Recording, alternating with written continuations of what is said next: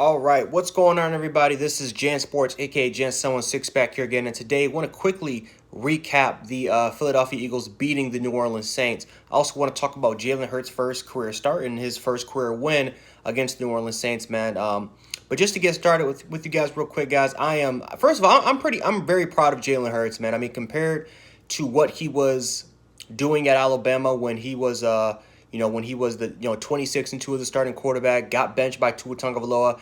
I was one of the advocates out there that wanted Tua to start his sophomore year because I knew that Tua was better. You can just tell.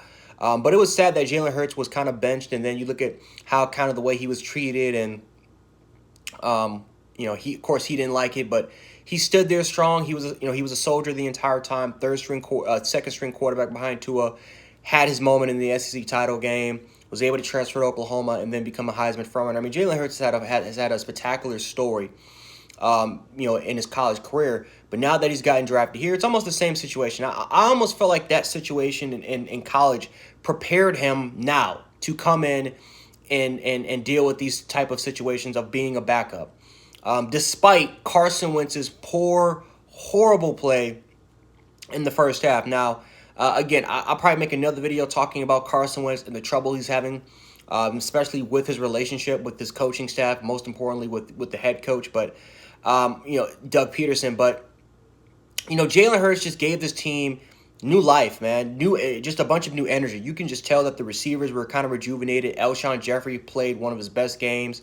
The offensive line played a lot better with Jalen Hurts in the lineup. Miles Sanders was able to get it going. He had a dominant day today. You were just able to see just this entire team have just a surge of confidence that we haven't seen this team kind of give to Carson Wentz. And you look at the things that Jalen Hurts did today. The fact that he wasn't a stationary target. He didn't just stand still in the pocket, right? Whenever the rush got to him, he would just rush to his right, rush to the left, rush straight down the middle, and give this team yards, right? He just didn't sit there and take the sack. Now, there were times where he stood there and he had some really good passes inside the pocket, where he had to climb inside the pocket, and you saw that Jalen Hurts he's accurate enough to gain confidence from his receivers. Like that touchdown pass to Alshon Jeffrey, I believe, was really good. I mean, Jalen Hurts. Again, was this his best day passing the ball? No, I don't even think he threw for over. Well, I don't even think he threw for over 200 yards. But what he was able to do on the ground game and just what he was able to do in the passing game, the things that the Eagles did today that were successful, they didn't even achieve at all when Carson Wentz was even in the lineup. I definitely feel like you have to take that with a grain of salt and just go forward with it, man. Just, don't try to. I understand there's a lot of Wentz supporters. I understand that people are not going to be impressed with Jalen Hurts' stat line. However, Jalen Hurts is a rookie quarterback. Clearly, the team is behind him. You can see the surge of confidence by his teammates, by that coaching staff. And you can just tell that Doug Peterson, man, he is loving Jalen Hurts. And I've always said this before, even in 2017 where Carson Wentz was doing his thing, Nick Foles probably should have been the guy. It was just something when Nick Foles was in the game. He just put Philadelphia on another type of pedestal. He put them on another type of level compared to when Carson Wentz was the guy. And we're talking about Carson Wentz when he had an MVP-like type of season before he got hurt.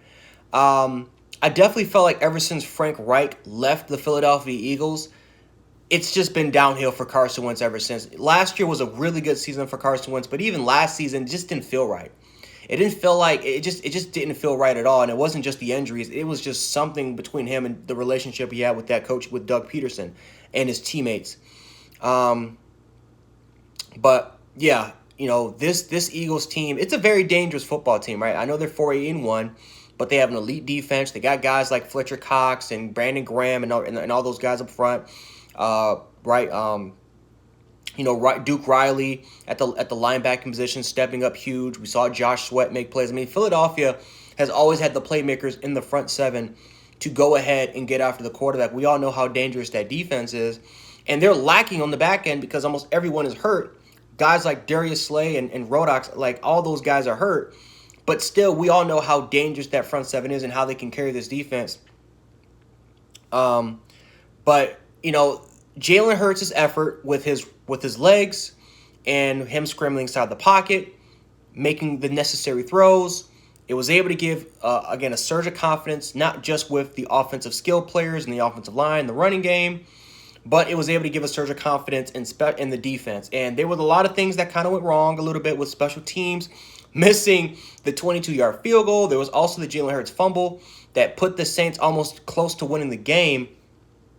However, you have got to love what you saw from Jalen Hurts tonight if you're an Eagles fan. You got to love that effort there. And moving on forward, I do believe that Jalen Hurts is the starting guy. He is the guy moving forward. There is no reason at all to put Carson Wentz. This is clearly Carson Wentz's last season on this football team. I do believe that they're going to try to trade him away. I wouldn't be shocked at all if he gets traded to the Indianapolis Colts. I would say that's the best destination for him. He has an offensive line. You got Frank Wright as your head coach to so that relationship is going to be back on. Moving forward, it should be Jalen Hurts from now. As far as the New Orleans Saints goes, man, this was not the prettiest game for them. This was definitely Taysom Hill's worst game in the season, in my opinion.